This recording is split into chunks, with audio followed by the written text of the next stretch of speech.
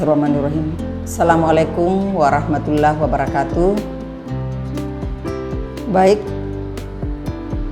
siswa yang saya cintai dan saya banggakan, untuk pertemuan kali ini saya akan membawakan materi dari biologi, yaitu ruang lingkup biologi dan kerja ilmiah. Baiklah, saya akan sampaikan tujuan pembelajaran pada pertemuan kali ini. Ada 6. Yang pertama, siswa harus mampu memahami ruang lingkup biologi. Kemudian yang kedua, siswa harus mampu menjelaskan cabang-cabang biologi. Yang ketiga, siswa harus mampu mengetahui manfaat mempelajari biologi. Kemudian yang keempat, siswa harus mampu menjelaskan struktur organisasi kehidupan mulai dari terkecil ke terbesar atau sebaliknya, mulai dari terbesar ke terkecil.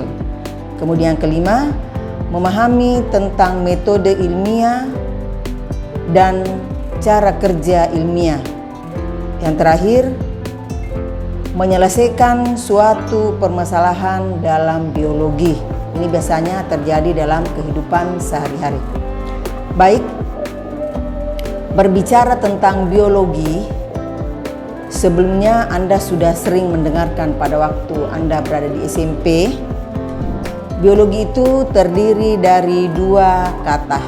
Yang pertama, secara umum biasa dikatakan bio, yang artinya hidup, atau ditambah menjadi bios, menjadi kehidupan.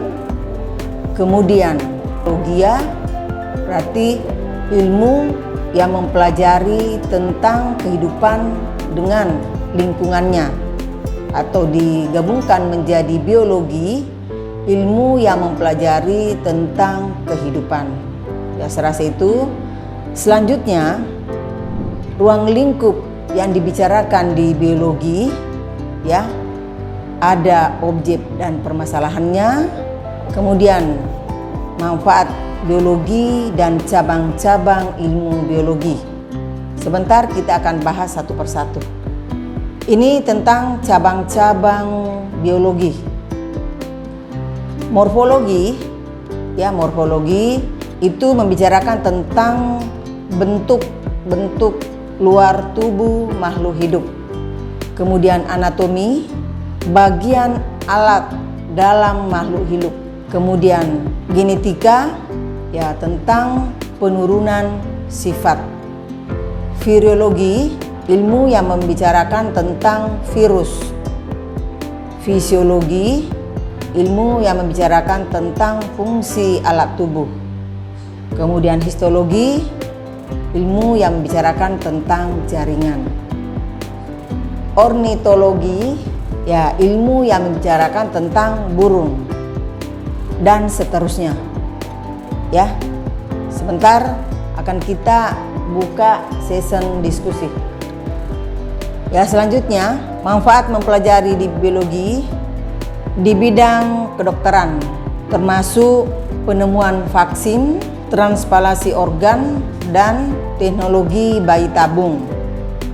Sementara kalau di bidang pangan, pemanfaatan mikroorganisme dalam makanan dan minuman, ya, seperti pembuatan tempe atau kecap.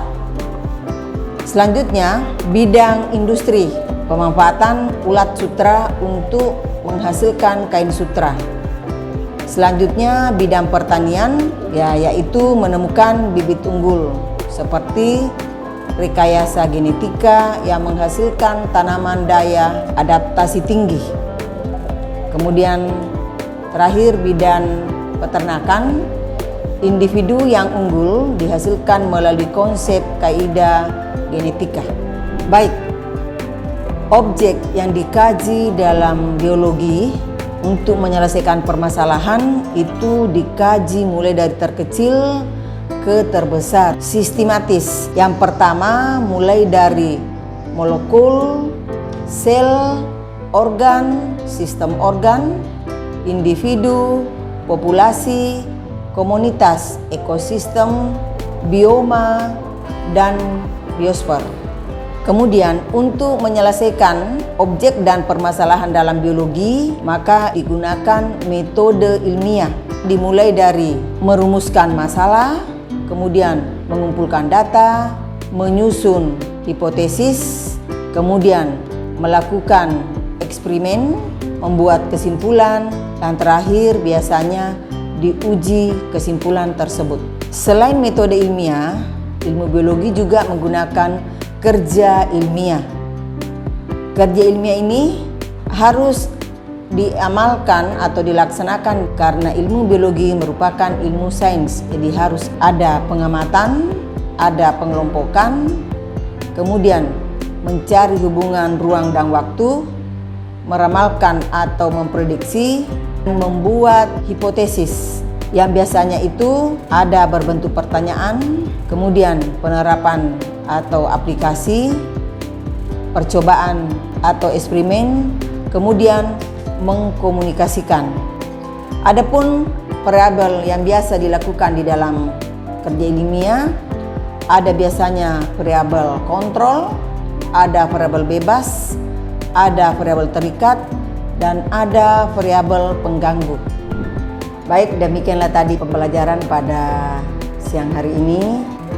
Semoga ada manfaatnya bagi kita semua. Sekian, wassalamualaikum warahmatullahi wabarakatuh.